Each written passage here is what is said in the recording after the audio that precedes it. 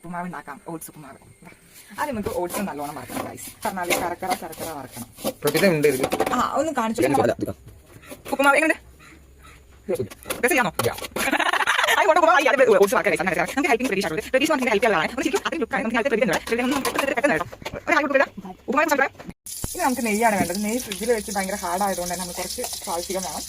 നെയ്യ് ഇടുക. നെയ്യ് ഇടുമ്പോൾ അതിൻ്റെ അളവ് വേണം. പക്ഷെ എനിക്ക് കുറച്ച് പ്രൊഫഷണൽ ആയതുകൊണ്ട് എനിക്ക് എന്താ നെയ്യ് ഇത് എങ്ങനെയാണെന്ന് അറിയാം. ഓക്കെ, നമുക്ക് ഇനി കടുക് വറ എന്ന് പറഞ്ഞിട്ട് ഇളക്കണം. നല്ല മുടിഞ്ഞ് വെച്ചതാണ്. കൂട്ടിയില്ലെങ്കിൽ ഉപ്പിടണ്ടേ? നമുക്ക് ഏറ്റവും നല്ല ഉപ്പാണ് കഴിച്ച്. ഞാൻ എന്തുണ്ടാക്കിയാലും ഉപ്പ് വേണം. അപ്പൊ നമുക്ക് ഉപ്പിടാം. തോന്നണം കൂടുതലാവും.